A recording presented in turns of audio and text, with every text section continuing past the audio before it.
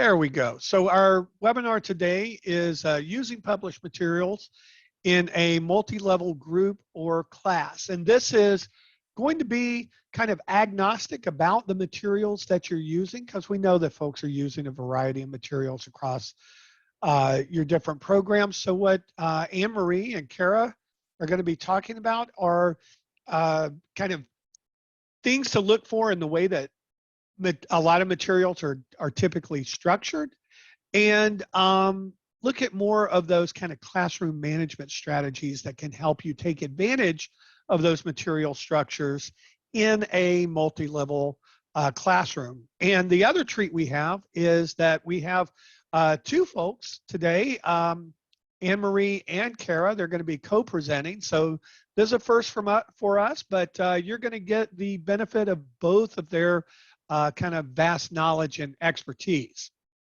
We are going to ask you that during the webinar, you use the chat to introduce yourselves, which a lot of you have already done. It's going to be where you're going to share links and resources with the group. It's also going to be where Danielle posts a lot of links and resources that kind of come up during the presentation. And then we'll send out a transcript of that chat, so you'll have those links available. And it's also where you might ask questions to the group as a whole, kind of based on comments that people make and things like that, or supporting their comments. We are going to ask you that if you have a question for Anne-Marie and Kara about the content that they're talking about, instead of putting that in the chat, please put that in the Q&A. So use that little Q&A icon. It's a icon down at the bottom that has two conversation text kind of bubbles. And the reason we do that is it allows us to track everybody's questions and make sure that they get answered. And we want to make sure that we do that. So thank you for doing that. We are recording. That's a question we get a lot. So in about a week, you're going to get a follow-up email with links to the webinar recording. You're going to get the slideshow that the presenters are using today. You're also going to get a nice summary sheet that'll have kind of the key points that Anne-Marie and Kara talk about, links to resources and things like that. You're going to get a transcript of the chat and the Q&A, and you'll get a certificate for coming to the webinar today. You're also going to get a separate email with registration links to the coaching sessions. And if you have not attended a coaching session, or if this is the first webinar that you've attended that's part of this Teacher Training Plus series, let me tell you about the coaching sessions. So what they are is about 1 to 3 weeks after the webinar. They're really designed for you. During the webinar, you get kind of generalized information. You have an opportunity to type a question or two into the Q&A, but we all know that we get back to our program, we start to try to use what we've learned with the students that we're working with, and something comes up that we hadn't thought about.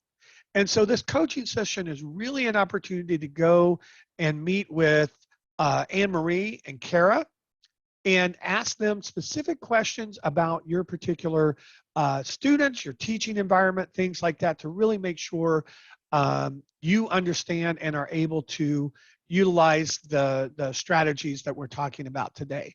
They're small groups, so there's up to 10 participants.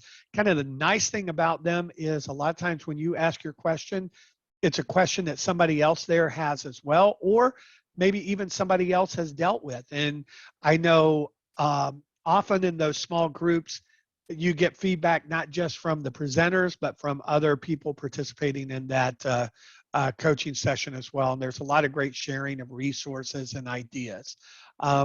But yeah, encourage you to really take advantage of those.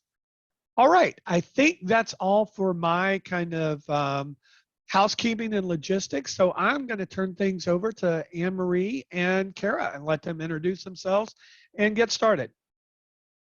Thank you so much, Todd and Danielle. Kara and I are very grateful to Dollar General for sponsoring and Pro Literacy for offering us the opportunity to participate in this project. Kara's and my credentials are on the Pro Literacy homepage for Teacher Training Plus. The most important thing for you to know about me is that I am passionate about literacy. I started in this field over 30 years ago as a volunteer, and since then I have taught every level of literacy within adult basic education, working in ESL, English language learners, high school completion, GED, college prep, and family literacy programming. So I've been using these strategies and materials. I've enjoyed collaborating with Kara and learning from her and developing this webinar. We will continue as a team on coaching sessions. At times, both of us will be attending the coaching sessions and other times individually, depending on which one you attend, but we will make sure that your questions are answered. Here is Kara to tell you about herself. Hello, everyone. I will be a little bit behind the scenes today and helping out in the chat, but I'm so looking forward to getting to work on this presentation and getting to know all of you a little bit more. I just want to stress how much we'd love to see you all in the coaching sessions. So please, let's continue this conversation from today. Just a little bit about me. My name is Krawiec. I have been a site coordinator at Seeds of Literacy for the last a little over 6 years. I'm very, very passionate about adult education, and I absolutely love the opportunity to be here with you all today to share knowledge and information. So please reach out to us with any questions, put it in the chat. I will be here to help with all that and help facilitate then the Q&A at the end. So thank you so much. Great, thank you, Kara. So the first thing we'd like to do is get some information from all of you before we begin. And we'd like to hear what your answers are to the following questions. Todd, are you able to do the polling? Thank you so much. And so if your responses are anonymous, please don't feel shy about responding at any point on the scale. If you choose other or does not apply in questions 2 or 3, you may choose to put your role or content area in the chat, but it's not required, it's just helpful. So I'll give you a minute to answer these 3 questions.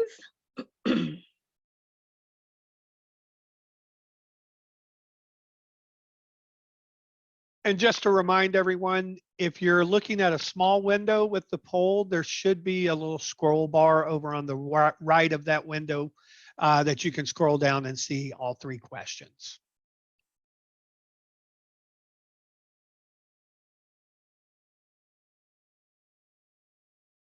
Now we're going to give it just another few seconds here.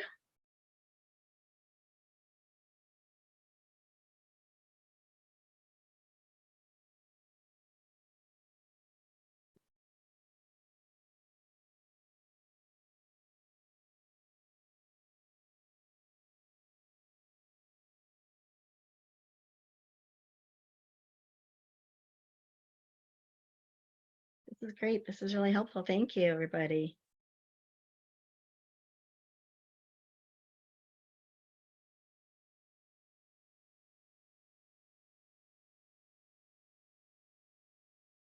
We're going to give about 10 more seconds and then I'll end the poll and share the results with everybody. Great, thank you. And there we go.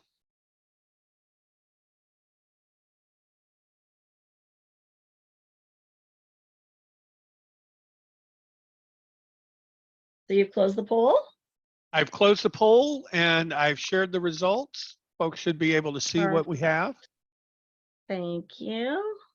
I'm just taking a look at the results as well. So what I'm seeing is that about a third of you, a little more than a third, have had no training on using published materials in a multi-level adult literacy setting, and almost 20% have had some. So it seems like maybe some people didn't answer the question, and that's okay, because I find that sometimes my response falls in between as well. But here's what I'm really interested in to see is that in question number 2, you have a lot of comfort and familiarity with your published materials. So that's great. Nobody's at not at all. And that also is very wonderful to see. So I'm just making a few notes here. And so I also noticed that the vast majority of you are working with, well, more than half are working with English language learners. Also very helpful for me to know. And about 8% in either high school equivalency or high school completion. And then within the basic literacy realm or classroom, about a third of you.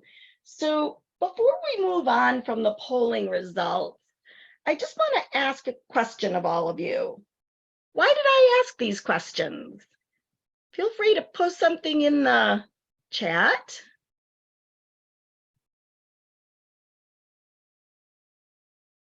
I like to engage participants early on.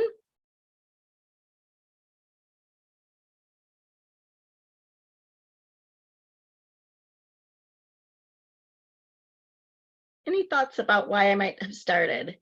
Yes, thank you. I want to understand my audience. I want to be able to adjust my presentation as I go and have an understanding of where they are. Hi, Ben, welcome. Know your audience. Yes, I'm already thinking about ways that there's a lot of transfer and similarities between basic literacy and ELL. So some of my examples will have a lot of relevance.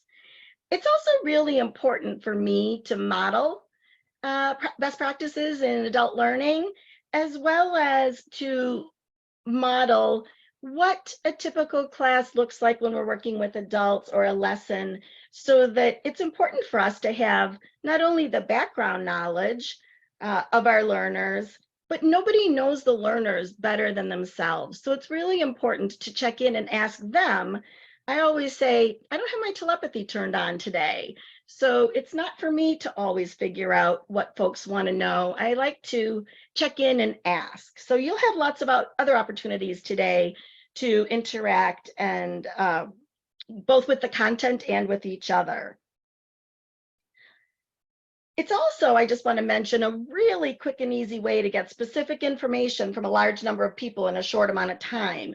If you're working in a classroom, you can use this as a strategy with your learners if you have a large mixed group by polling, or you can also put dots on chart paper and keep it anonymous. And there's a really fun way to do this with something called a snowball, like a snowball fight. People write their own comments on a piece of white paper, crumple them up, throw them, pick up somebody else's paper, and then they're actually identifying where someone else has placed their own results.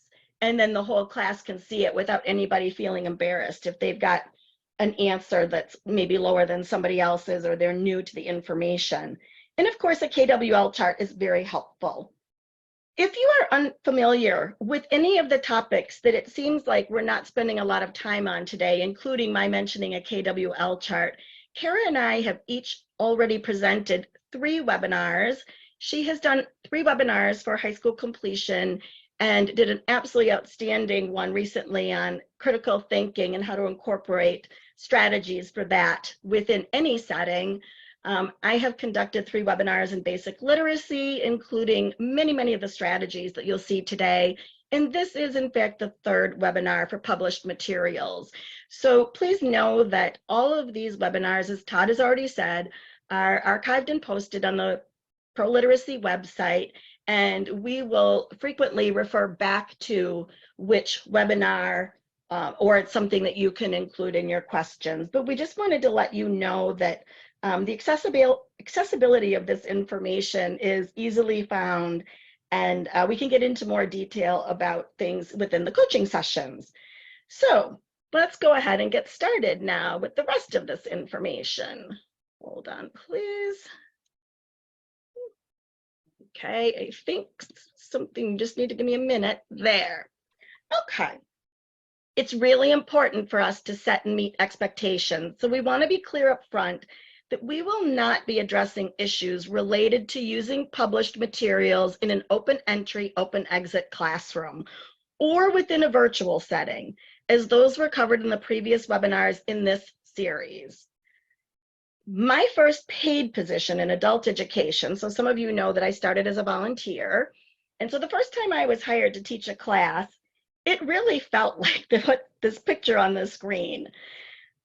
I had a drop-in learning center with all levels of students and content areas, and I really just didn't know what to do. I was a seasoned, experienced teacher as a professional, but I just didn't have the background or experience with a multi-level, multi-content classroom.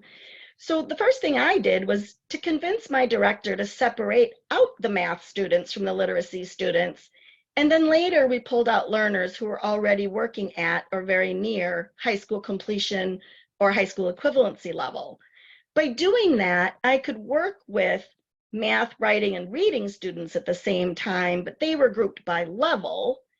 And by pulling out, we then later did some other leveling. And so I guess what I just really wanted to say is that it may seem easier or better to group students by level, but it's not always an option. And the more seasoned I became as a teacher within this setting, the more comfortable I was going back to multi-level, multidisciplinary classrooms, and found that they really had a lot of advantages and were manageable once I got the pieces down that needed to be in place so that my room didn't feel like this, even though it probably didn't look that way to the learners. The goal is to best serve your learners in a way that promotes their progress and keeps you sane. So let's take a look about what we will be covering in this session. So the first thing is we're very quickly going to just cover the typical features of a model lesson within your published materials. I know actually that you know a lot about your published materials and the books that you're using or the program that you're using. So we're not going to spend a lot of time on that today. Then we're going to move into strategies and considerations for successfully structuring a multi-level class. And there's some questions and decision points that you need to think through in order to make it really manageable and, like I said, sane for you while keeping what's best for the learners in mind.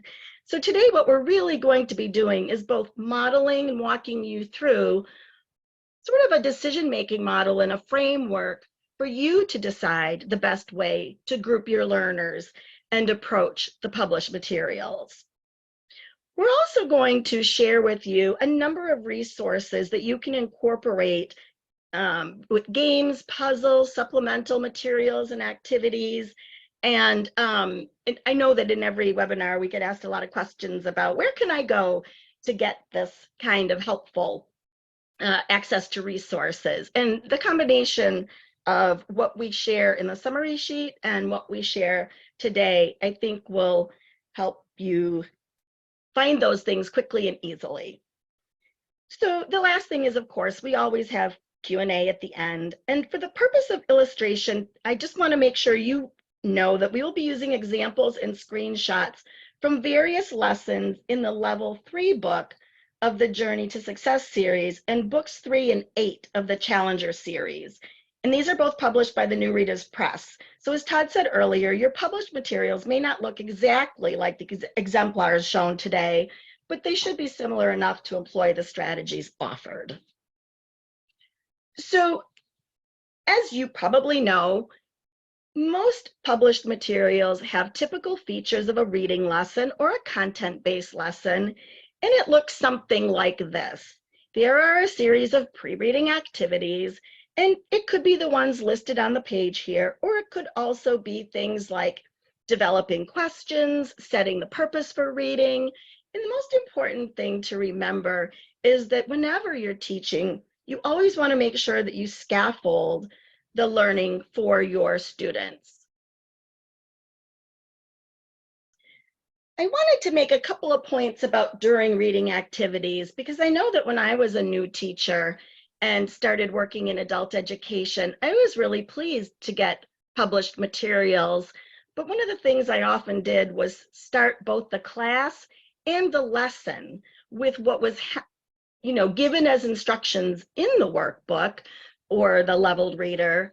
And then I just felt that my responsibility as a teacher was to pay a lot of attention to the pre-reading and post-reading activities, but I really just kind of left it to the students to do the actual reading.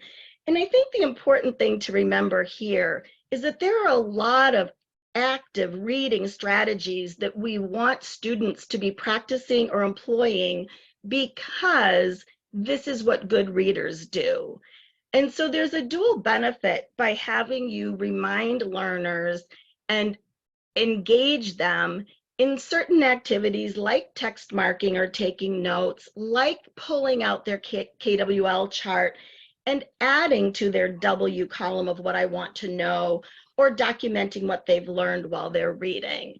And so you can obviously see that the first reason why it's important to remember the reading strategies is this is what good readers do.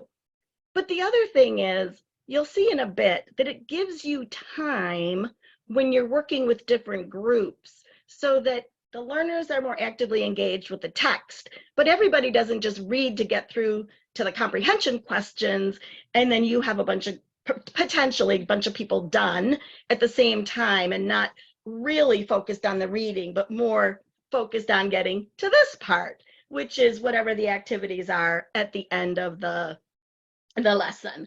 And so we just want to keep reinforcing the idea with learners that comprehension and understanding, making meaning, engaging with the text, making connections, this is why we read. And so by actively engaging in all of these pre, during, and post-reading activities, we're better supporting their progress, and we're also learning more about our students while we do it. So the first thing that we want to think about is that when you're teaching from your published materials, the published materials are not the only thing you'll do during class time. So here is a sample outline of what you may consider to be a typical lesson plan. Within this framework, you can customize how long you will spend on each part of the class and ensure that you have the appropriate supporting materials. Within a multi-level class, there are many parts you can do with the whole group, including the opening, where you're greeting students. Maybe they're working with their KWL or SMART goals, and you're just going over what is going to be covered in class today. And then there are things that you can do with, there are many other things that you can do with the whole group. And the first part is, as I said, the opening. But if you look on the left-hand side of your screen, depending on how you group and plan, that we'll be going through in a moment, it may be that you can actually have all of the group together reviewing the previous lesson or the practice activities. You can introduce a new lesson and even potentially provide direct instruction of a new skill. What you see on the right-hand side of your screen are potential areas where you might think about grouping.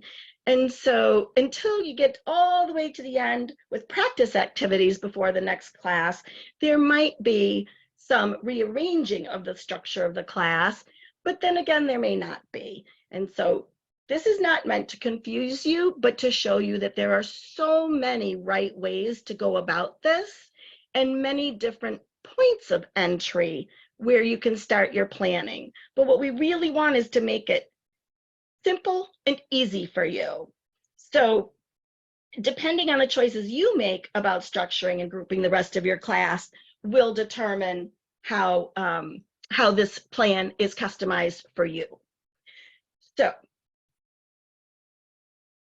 as I said, we're going to be offering a framework or sort of a process that we think will help with planning.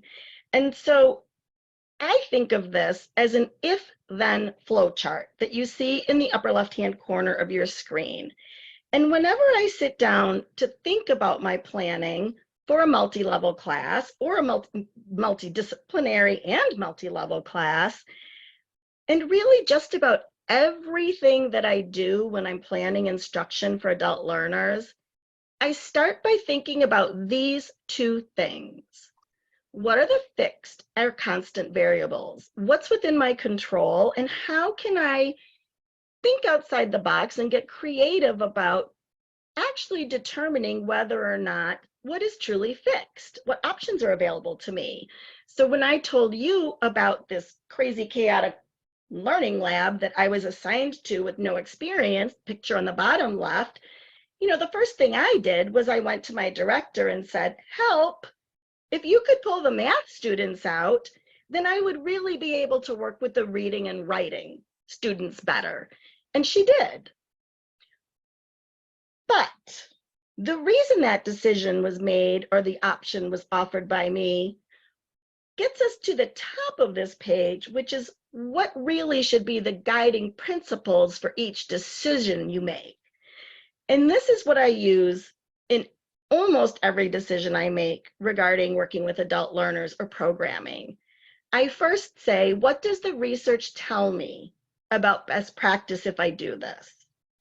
And if there isn't any research or it's inconclusive, if there's research, then obviously I try to do that recommendation. If there isn't any research or it's inconclusive, my second question I ask myself is, what is in the best interest of my learners?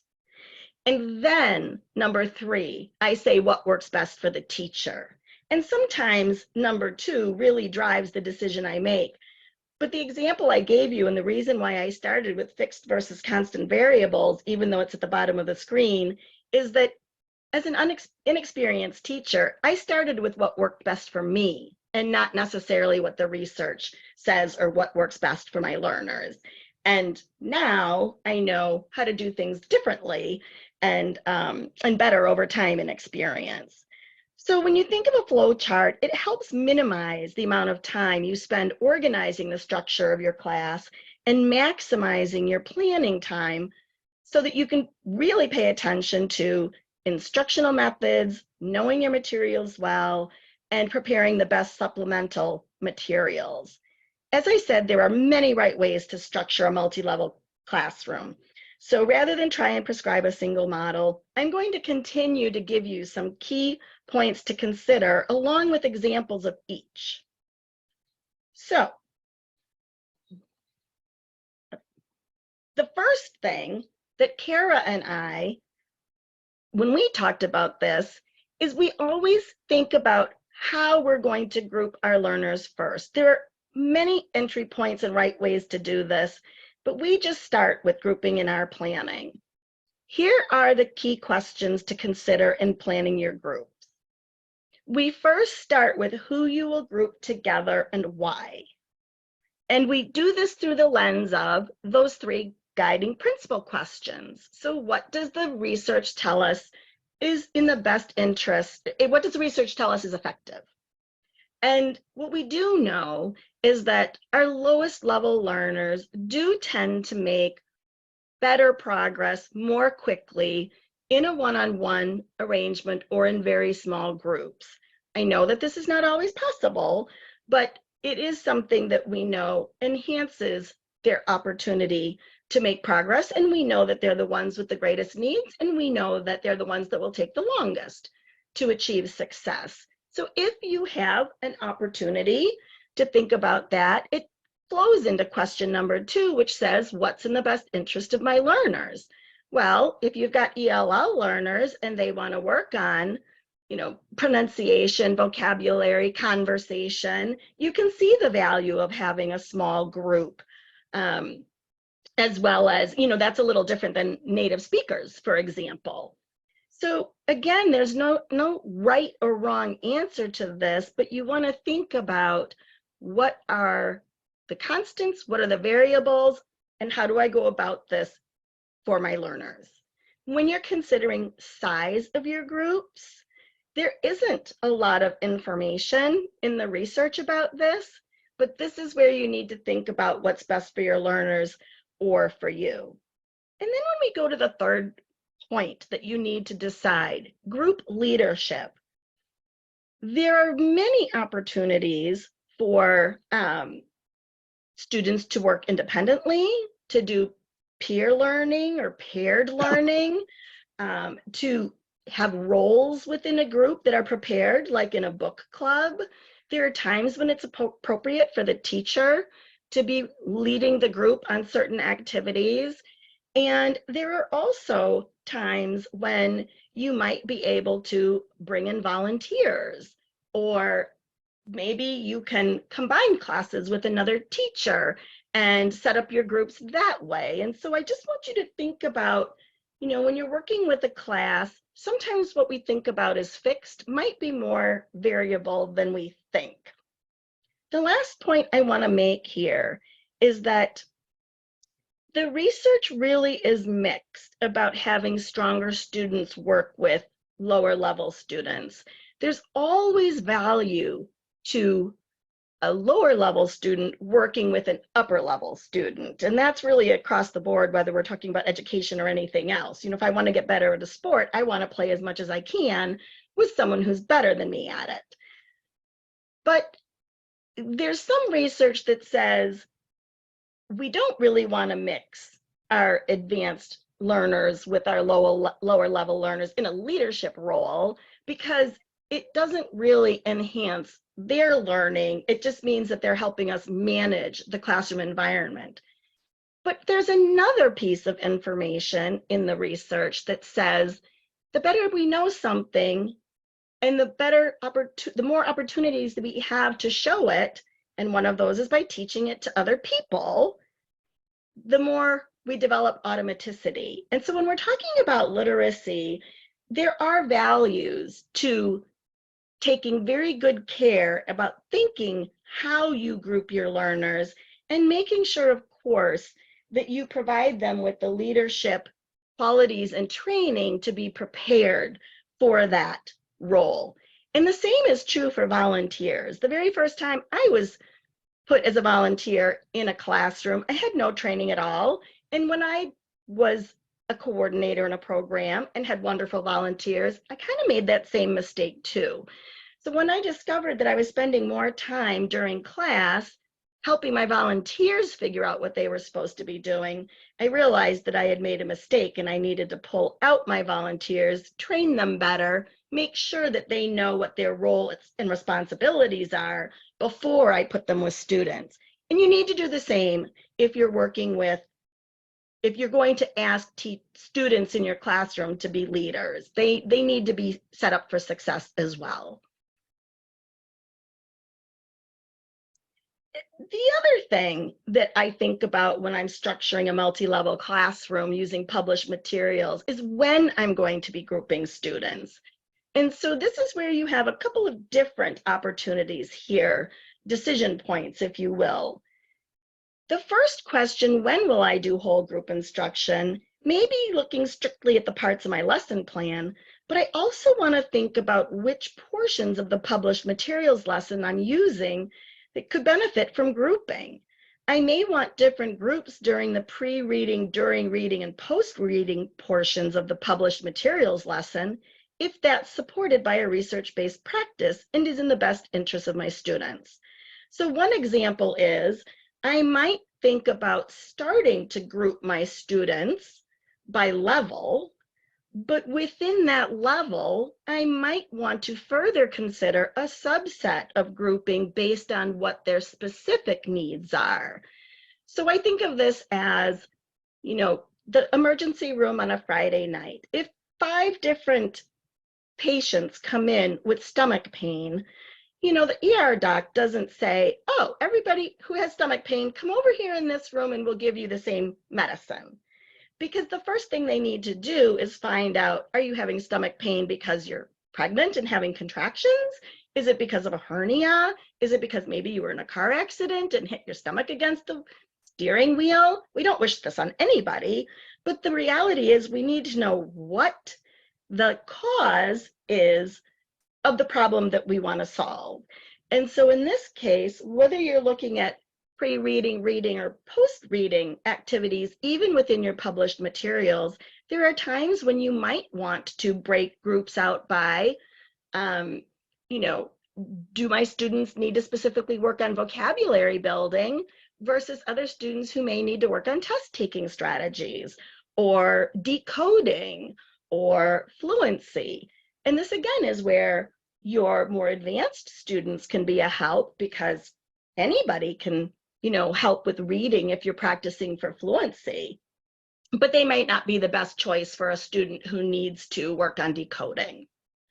So the other questions to consider are just, really when you're thinking about not only how you're going to group students, but also what will the transitions look like? And I say this because it was, again, a lesson learned for me that there can be really great opportunities for grouping and having students interact with other students or even working independently.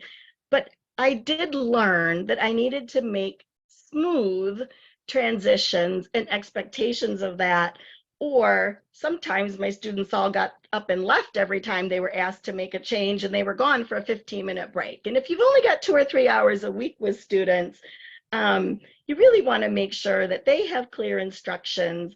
And sometimes you want to bring the materials to them. Sometimes you want to have stations, or, if you don't have your own classroom, a box with file folders, or a laptop, computer set up in the classroom. But you just want to think about, okay, I can group my students and I have my materials, but what is this really going to look like? And where are the moments that might cause something to be chaotic, and something that may keep us focused on the learning and making every moment count in the educational setting? So let's look at this as an example. So what you see on your screen are the exact same elements of the lesson plan that I showed you a few slides ago. And so in this instance, and this is just one example of how I can start deciding and applying which parts of the lesson I will do in groups based on my published materials. So for the purpose of this example, I'm saying this is a multi-level literacy class. It doesn't matter if it's ELL or English. And I'm grouping by level. And when I say level, it doesn't necessarily have to be, CASAS levels or NRS levels. Even within a group that may be already assigned to a class based on their skills and abilities, you still can pull students out based on, as I said, what their individual needs are. So I'm just thinking about, who are my students who need the most work? Who are my students who are understanding the concept but need more practice? And who are my students that have a pretty good grasp of the concept but are ready to apply it to more challenging texts? And so I don't like to think of them as low, intermediate, or higher groups. It really has to do with how much support they need based on their abilities. And so everything in green on the left-hand side of the screen is what I think that I can do with the whole class. I can greet everybody at the opening. I can review the previous lesson. And I'm saying this because in this instance, what we're working on are specific strategies that effective readers employ when they read. So everybody's got the same strategies, and they're going to be applying them with different level texts. I can introduce a new lesson and gather students' prior knowledge, because they're all going to be applying the same strategy, as I just said. And then I'm going to, after I've given the direct instruction of the new skill, then I'm going to separate them out into groups. And this is where I'm really grateful to have one volunteer, so that the introduction of new words, the reading, completing the comprehension or any post-reading questions, preparing written responses, writing and sharing and checking for accuracy can help seamlessly with these groups. And then if you go back to the left-hand side of the screen in green, we're all going to come back together before the class ends. So it may not be exactly how you would break people out, but this is just a model that I thought would be effective in a literacy class, multi-level literacy class. So I'm going to ask Kara now to help us by monitoring the chat, and I'm going to ask you to respond to some things here in a new scenario. Let's say that the class is multidisciplinary. And so just like I was assigned my first time, you have a multi-level class with students who are there to learn different content. It may be English, it may be English as for a new English learner, English to native speakers. It also could have GED students in it, math, reading, writing, social studies, science. how would you group the students in terms of what you would have them do? How would you group your students in a multidisciplinary high school equivalency class? Just throw some ideas in the chat. There's no right or wrong answer. Kara's going to help me out here.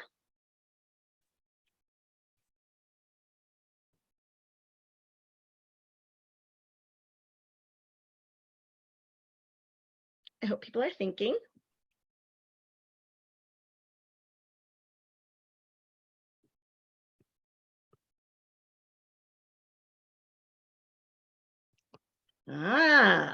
Okay. Some by interest, some by content area. Love it. Reading level for some subjects, math students together.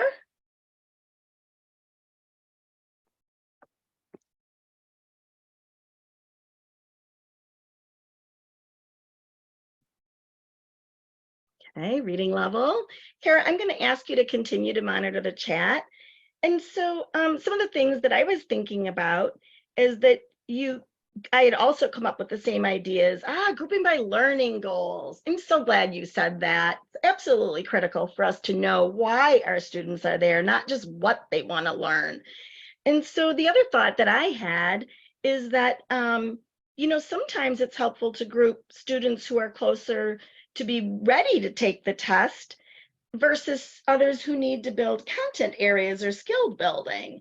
I discovered when I was teaching high school, GED classes, that some students really just needed test taking strategies or ways to reduce test anxiety. And they had a lot of content knowledge, whereas other students really needed to do some skill building in math or reading or writing. So as I said, no right or wrong way to do it. It's just what works for you.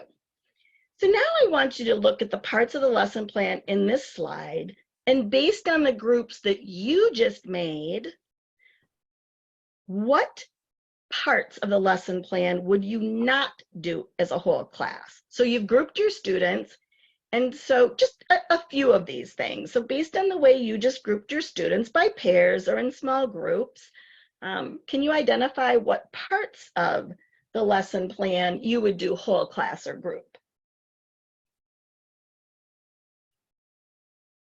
And you can abbreviate.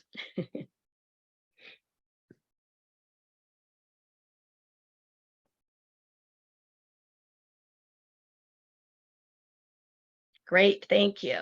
Definitely whole class sharing. What a great way to publish and present whatever your project or your writing or your success. Anything else?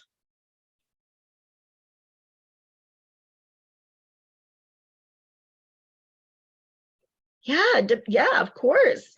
You could save a lot of time if you didn't have to teach 3 groups about vocabulary, right? Absolutely. If the strategy is for test taking, everyone benefits. Small groups for vocabulary. The opening, I really like the opening and closing to be everybody together, but it doesn't always work that way when you think about what their needs are. Practice activities and groups report to the whole class. So I was doing the same thing, is that, I can open with everybody probably, but depending on what the previous lesson was, I may or may not be able to do that with the whole class. But there are ways that I can do that using the KWL, and I'll show that in just a few moments. The other thing I wanted to mention is that if you want to try and do something as a whole class, but you've got varied levels, you can do things like having tables or sections of the room set up with chart paper. And so, all of your math students could go to one section of the room, all of your reading students could go to another section, and all of your writing students could go to another section, keeping in line with this thought that it's multidisciplinary. And so then they can, they're strong enough to be able to write on their own in this scenario. And so they can do a review amongst themselves, and I can very quickly look at what everybody's got without having to go from group to group to group. And again, not maximize their opportunity for instructional time.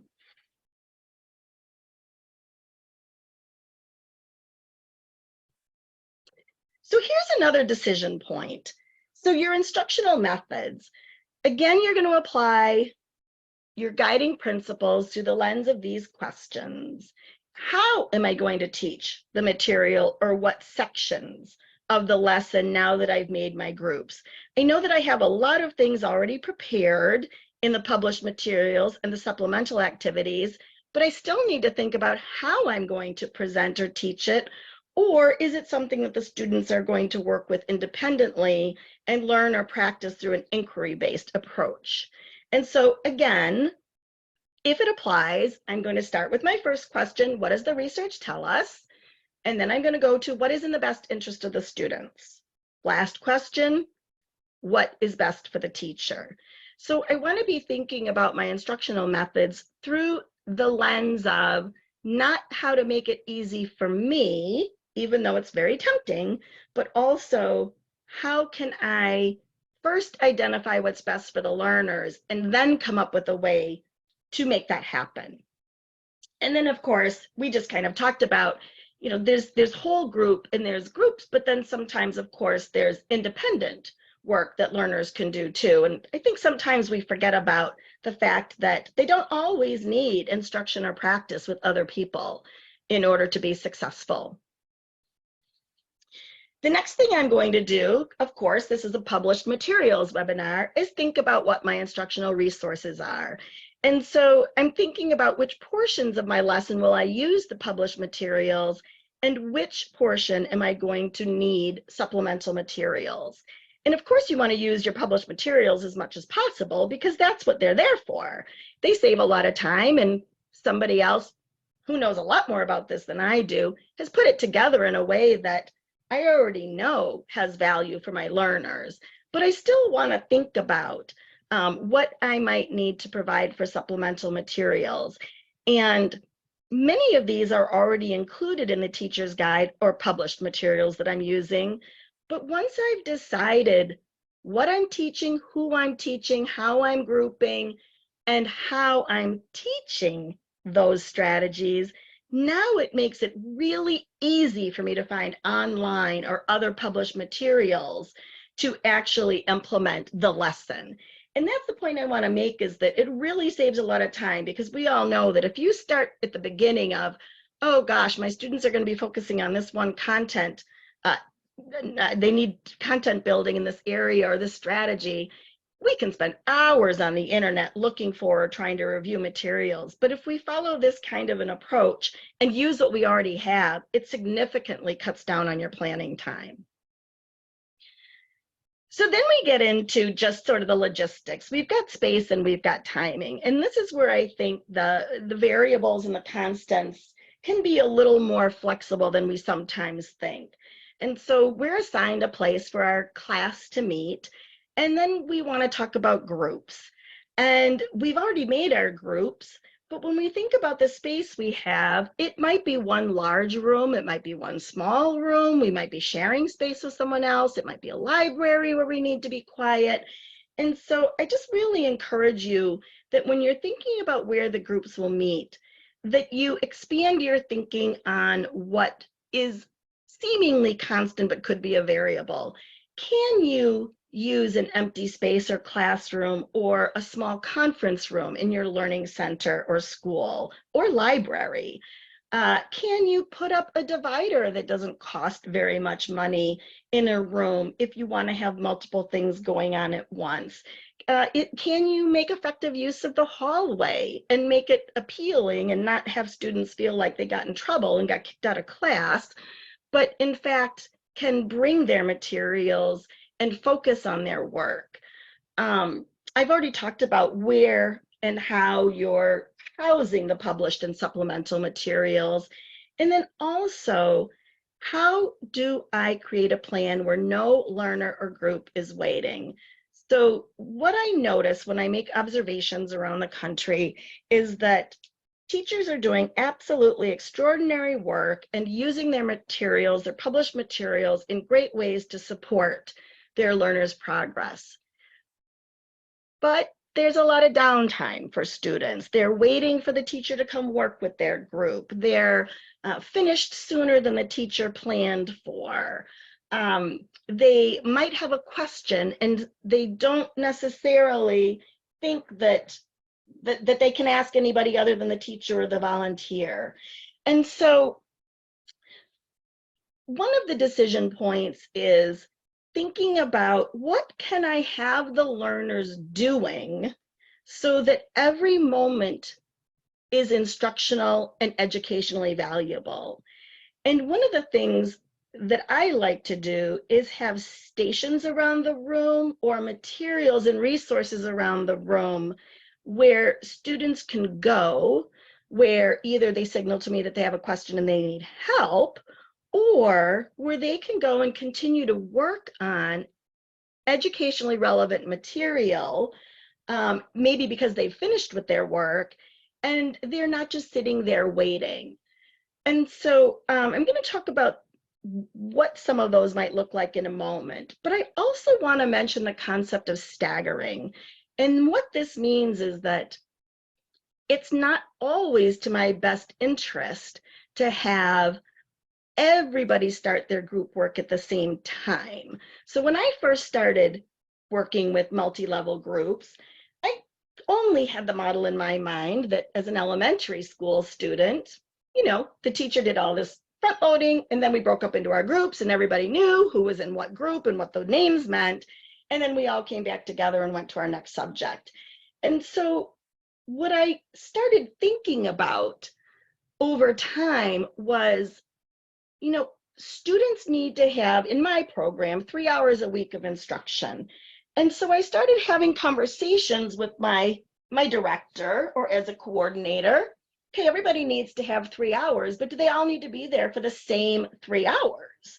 In other words, if my learning lab was open from 9 to 12, one thing I asked my director was, could we have it open from 9 to 1? And I would purposely tell some students to come in at 10, some at 9:30, and some at 9. Another thing that I was able to do was I said, okay, my director said, we don't have enough money for 4 hours of instruction a week. We have enough money for 3 hours of instruction. And so then I did my grouping in terms of one, I would have a certain identified group come on Mondays for 90 minutes and another group come on Wednesday for 90 minutes for the direct instruction piece. And then everybody got the chance for 90 minutes of all of the supplemental materials and work. But of course, even within your structured amount of time, you still can stagger the entry point in your planning of when students break out into groups, who you work with, and what they start with. So for example, if everybody isn't doing the review as a whole group, then that's something that you can get one group started on while another group is getting direct instruction from you. And likewise, you can always start with a writing prompt and then work with students in groups or individually along that way. I also see a recommendation for independent learning packets that reinforce individual learning objectives. And yes, if you have a small enough group, absolutely. I did that as a high school teacher, but I've also found that simply having things that learners can access around the learning environment can give them a lot of choice. And I'm the one selecting and making sure that they're high quality materials and I don't have to make an individual learning packet for everyone. So one idea is to have a reading corner. I remember the first time I ever asked my intermediate literacy students, what is the first thing that good readers do? And they said, get comfortable. And isn't that true? So you want to have a nice cozy place that's inviting where learners can self-select books or read quietly on their own. Or if you look at the bottom left-hand corner of the screen, once you've taught the students the roles of a literacy book club or a literature circle, they can be having conversations about different books on the same topic, the same book. Again, there's a little bit of front loading here. I talked about book club and teaching the roles in my first webinar, but it's an authentic, real adult task in our world. And some students want to sit down and have conversations about what they've read. And I think that's a really great thing to encourage. The other thing is I like to have at least one laptop or computer in the room. Some students want to do a little bit of research or learn more about a content area. Some of them want to do some practice GED tests or questions. Others might want to listen to a book on tape. They still get the benefits of the reading comprehension, but give their brain a little bit of a rest from applying the strategies. The other thing is this is a good time where they can be working on their portfolio and assessing their own progress and thinking about what they want to do to show their progress and how they're progressing towards their goals and what kinds of showcase materials they want to put in that. The other thing, of course, is practice materials. You know, many free online worksheets. You can have graphic organizers. I put a Venn diagram up here because it can be a great way to promote comparison contrast, but also writing prompts, journaling up at the top left-hand corner. I often use News for You as part of my instructional lesson, but it can be also something that students can look at online or independently for extra work.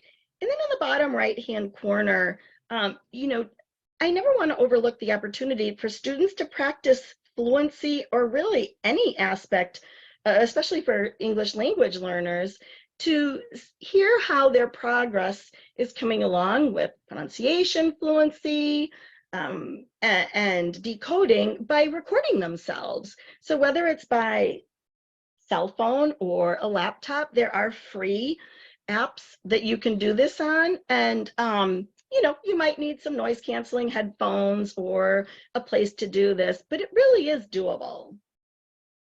The other thing that I really like to encourage is the use of puzzles.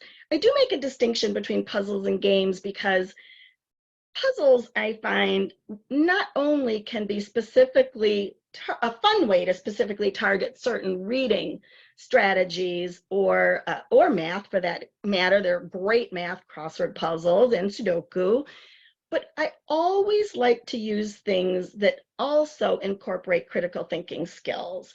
And so this is why, for example, you see here that a crossword puzzle or a logic puzzle are really great things to have available at one of your stations or for someone who's finished. But I wouldn't recommend word searches, for example. There just isn't a lot of, they're fun, but there isn't a lot of educational value to that. And so I want to think about what does the brain research tell us about how we can apply these strategies in a fun way or advance our vocabulary and our learning and progress towards our goals. So the other things you see on the screen here is that in the top right corner, this is really just a fill in the blank vocabulary exercise, but I can think of a lot of different ways that it could also be a fun puzzle because really there's more than one answer to some of these sentences. And what I could do is encourage the students to say, why could a cook use a computer to bake a, or how could a cook use a computer to bake a cake when the clear answer is oven? And so we not only have a conversation about thinking about other ways of approaching this task, which is adult and relevant, but it also means that I can then make sure that they know how to make the sentence grammatically correct by changing an to a. And most of those sentences can promote that kind of thinking. I wish I had time to talk a little bit about the 1-minute mysteries, but these are free, the bottom right-hand corner, and you will have a link to that. They're free.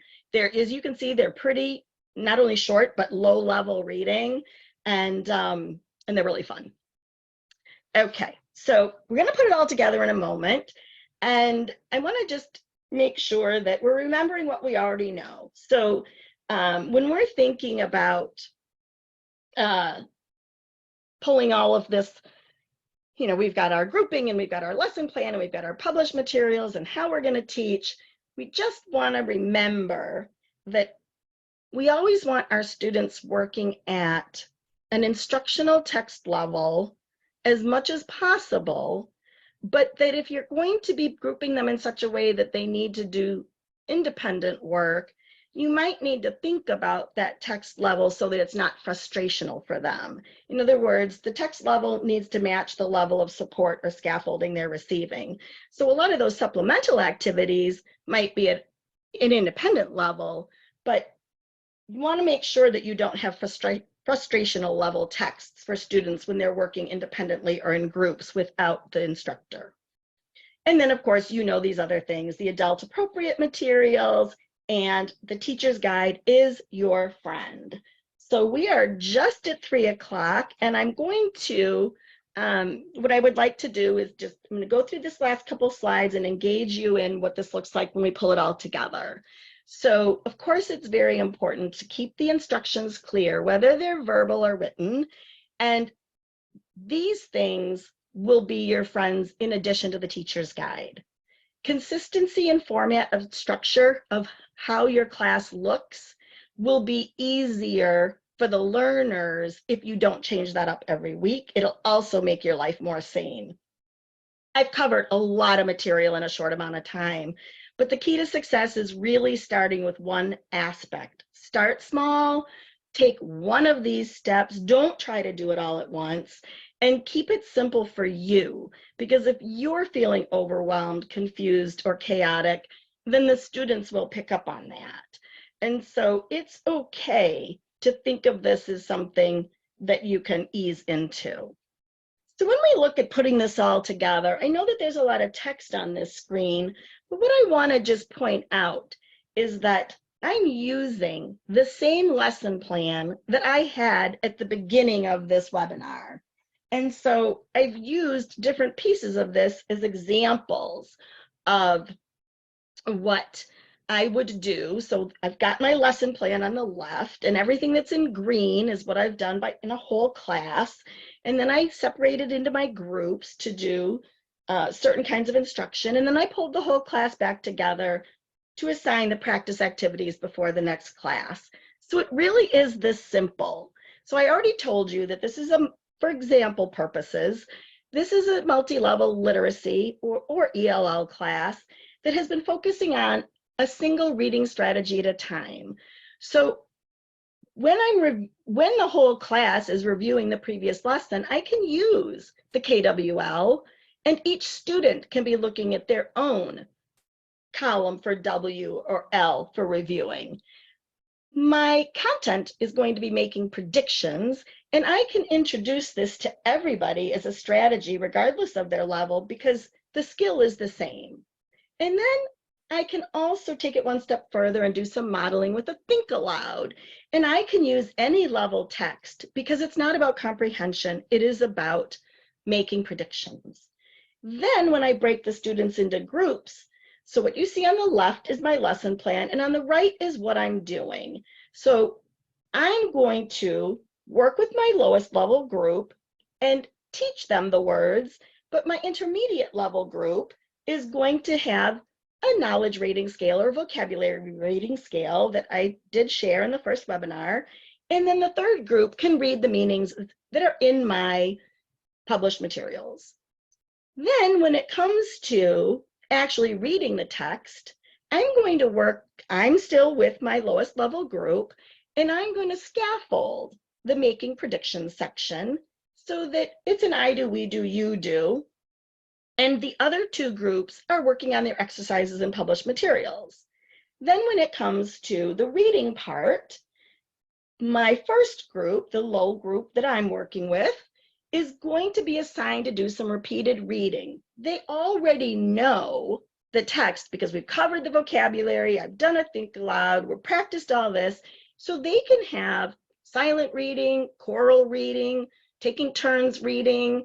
I want them to read it to themselves first and then do some round robin reading. But my other groups can be doing their silent and out loud readings. And again, I've got a volunteer who can be helping my intermediate and advanced groups.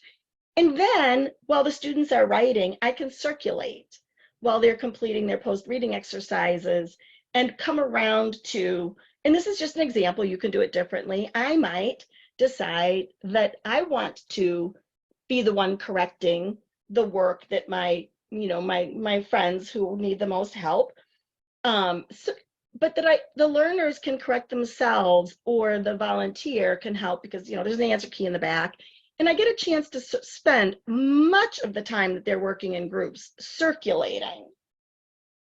And then I assign one task for everybody before they leave, and it's practicing making predictions. And I just say, before we meet again, I want you to see as many opportunities in your life to practice making predictions. It doesn't matter if you're reading or watching TV or going to the grocery store, a movie, any daily activity, even when you're driving. Identify the clues that help you make a prediction and check to see if they come true. Make new predictions, and that's what I'm going to start with the next time the class meets. I am very aware of the time here, and I'm just going to put this up on the screen and let you self-select.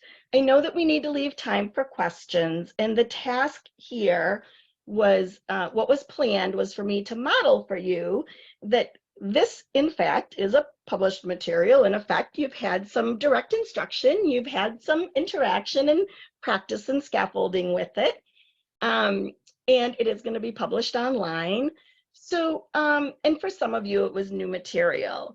And so the task, and I'll let you decide whether or not you want to do it or go straight to questions, but I want to make sure you know that there's an option here, and that is that I wanted to model at the very end that you are all at different levels, and you self-selected, put yourself in a group at the beginning in the polling based on how much training you've had on this topic and how familiar you are with your materials.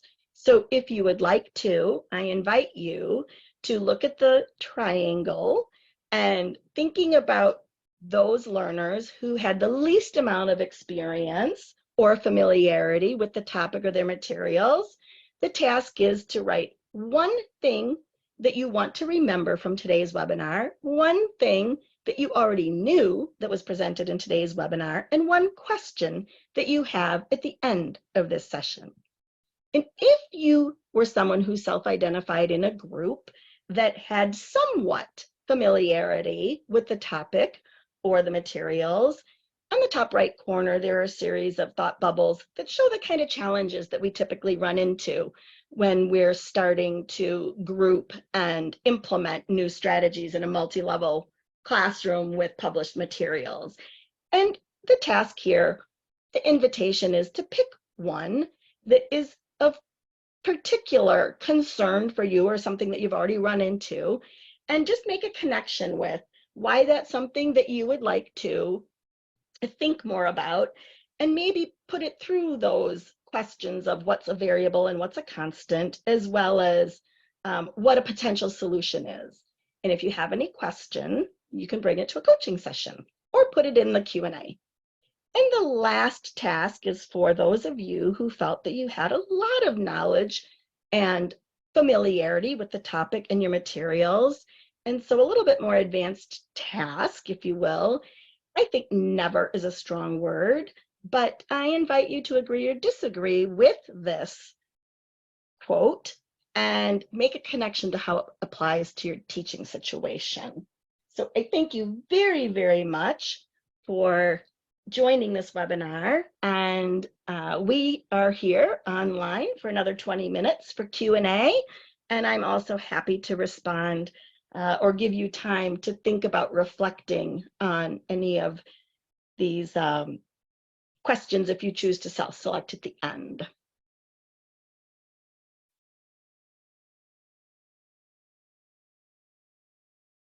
So I'm going to stop there and turn it over to either Danielle and Todd for questions, or Kara if you'd like to add anything, participants if you'd like to put something in the chat. And I really hope that you will bring your questions and your enthusiasm to future coaching sessions. Thank you. Yes, thank you all so much for attending today. Yes, if you'd like to put anything into the chat at this point, would be happy to answer any questions. We'd like to know, especially that what will you remember from today? I would love to hear some of that. I had some questions in the chat that we'd be happy to try to address in our follow-up sheet or in our coaching sessions. So please, we would be happy to do so then. Thank you for putting the coaching sessions link back in, Danielle. Appreciate you so much. So yeah, we're looking forward to continuing this conversation. Thank you so much for your time and attention today. Kara, I wanted to add, and Anne-Marie, I wanted to add a little bit about that notion of staggering. I know you were talking about kind of staggering when people, when different groups might start different activities and things like that. I think there's another really good use of staggering, and I know I've seen teachers that are faced with a multi-level class where the students are at vastly different levels. So Yeah. I'll take, for example, I've seen classrooms where they're using Laubach way to reading as the instructional materials. In a classroom, they might have students working in Laubach way to reading 1, Laubach way to reading 2, and Laubach way to reading 3. So that's kind of a great disparity of skills and things like that. But kind of the way that Laubach way to reading is structured, there's, you know, kind of the pre-reading, reading, and post-reading or after reading activities. It's done the same way. And those pre-reading activities are really around kind of helping the student introduce a skill with a chart. And then they read a story that kind of highlights that skill, whatever that decoding or phonics skill is. And then the activities for, you know, afterwards where you're working on comprehension and kind of applying those skills to different things. And another way of staggering is kind of taking that,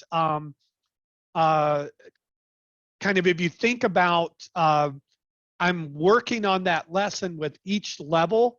So I start with level 1, and let's say we do the chart and then we do the story, both of which require kind of direct instruction and the teacher being involved. And then we get to those after activities, and those students can work in groups and work a little bit more independently. And then the staggering process means that I then go on to folks working in that second level book, and I start them with the chart and then the story, and then they move on to the activities, the independent activities, and then I start with that third group. So kind of once you get started, you're really kind of have staggered those 3 levels within your classroom as you go from like day to day and, you know, across the week. So you're kind of staggering the schedule that way, which is another way to kind of think about that staggering, not just within the context of one class period, but really how you kind of stagger throughout the weeks that you might have folks there. Absolutely. I'm so glad you mentioned that, Todd. And yeah, I mean, I think about so many great ways to do that, and published materials often focus on the amount of work that can be covered in a single lesson or class meeting, but the staggering notion can happen. Absolutely, you're right. Over weeks or over lessons, you know, kind of like in a golf tournament, how everybody starts on a different hole, but then they get everybody does, you know, all 18 holes. So yes, over time, everybody, you know, you can circulate, and everybody gets the same benefit of the time with the teacher, especially if you don't have additional bodies in the room to help you. Yeah, the golf tournament example for any golfers, that's a great example. Yeah. I hadn't thought about that before, but yes. Yeah, I like that. So I'm not sure what we have for Q&A, but I do want to make sure we get to those questions. Yep, I was going to say, Anne-Marie, so we do have 2 questions. Okay. So the first question came a little bit earlier with what are SMART goals?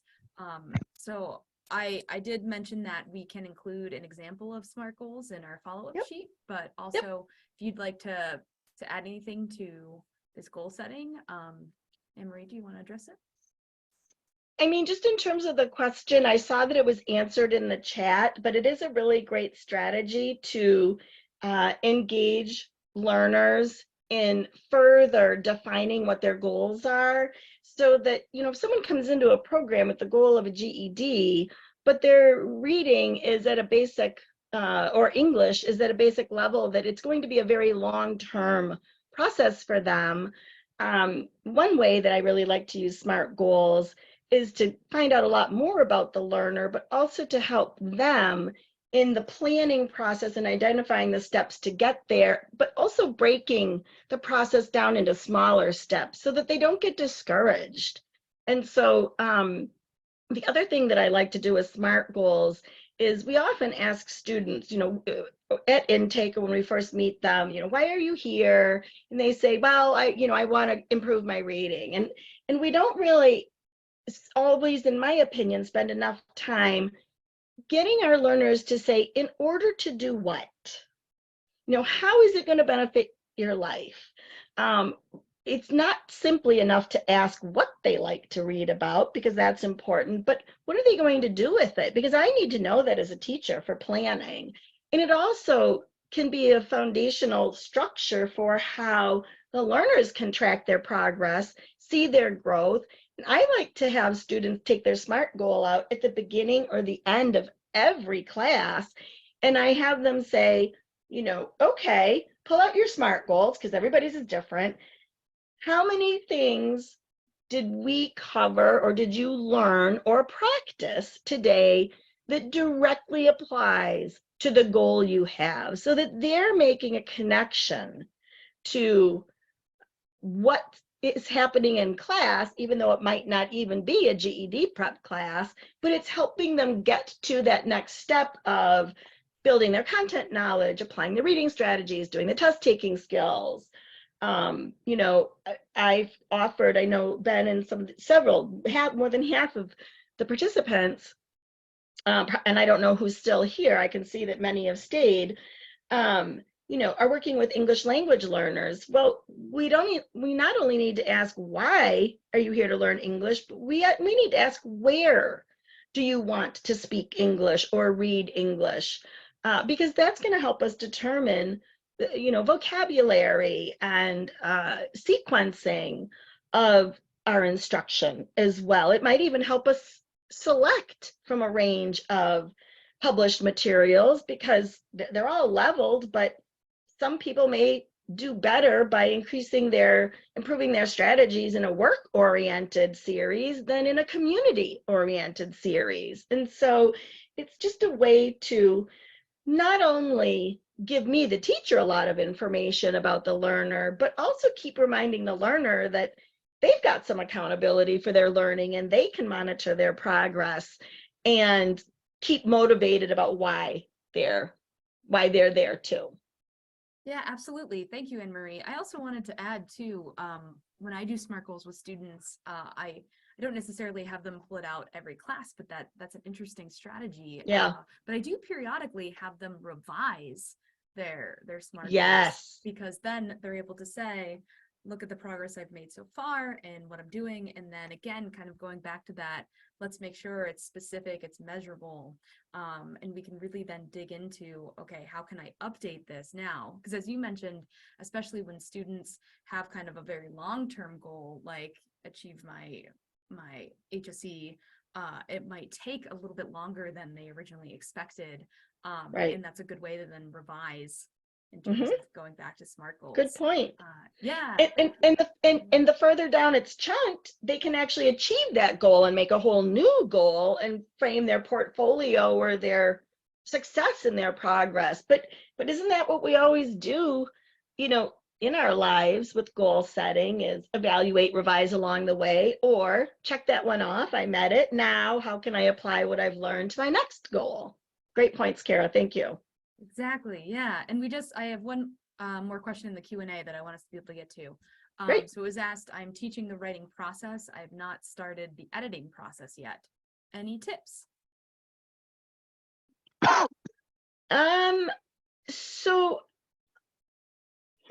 Okay, interesting. I need to stop and think about that. I'm trying to.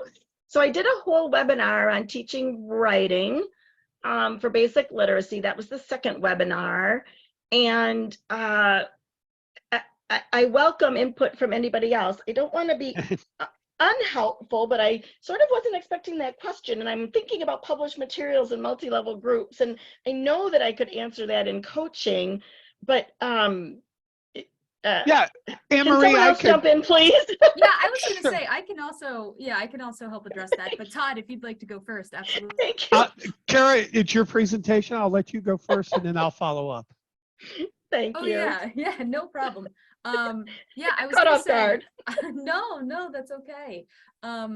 Specifically then when thinking about starting the editing process, depending on what level your students are, how you're working on it, how the class is structured, if we're thinking about a multi-level classroom, one of the best ways to do this is to have students be able to look at their own work, perhaps something that they had written in a diagnostic setting. So maybe at the beginning of the class or something when they first started the program, and then be able to take a look at it now that they might be further along in the class, especially if you're going through the writing process right now, then editing could be a good thing to take a look back at what the student has already produced and be able to look at their writing and hopefully be able to start to identify some of the major areas. This is also something where you as an instructor can help point them to these kinds of issues as well. And then providing the published material. So say a student notices that there's some issues with commas, then you'd be able to provide a packet or published material that just deals with that particular skill. So that's kind of a way to get started. My first thought with this, and again, as Anne Marie said, I can definitely address this a little bit more in the coaching session, but please, Todd, go ahead and take it away. Yeah, no, that was actually pretty similar to what I was going to say. I was going to say kind of philosophically what I like to do in terms of addressing editing within the context of writing is I like to have students just write 2 or 3 things before we even start working on editing, so I can see what are the big issues that they're having difficulty with.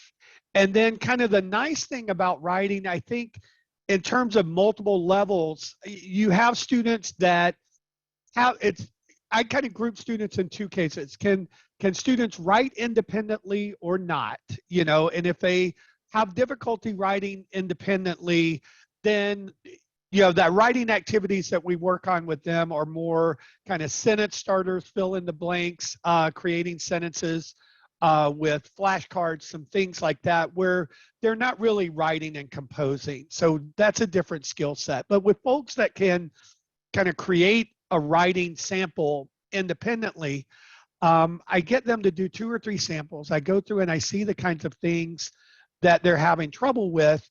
And then I pick the thing to work on with regarding editing that they have the most trouble with. And I do that in a group. I do that individually with each student. And so rather than, Anne Marie was talking about grouping students, rather than grouping them according to level, I wind up grouping students according to they have the specific, the same specific issue that they're working on. Carol, like you said, they may have trouble with noun verb agreement or use of the apostrophe and whatever it is, pronouns.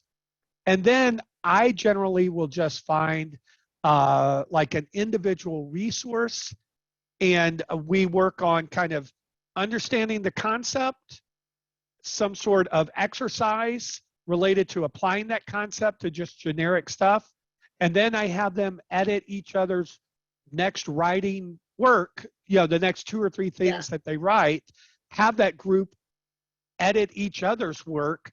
Yeah. And then usually that issue has been dealt with pretty well, and it doesn't appear very often anymore.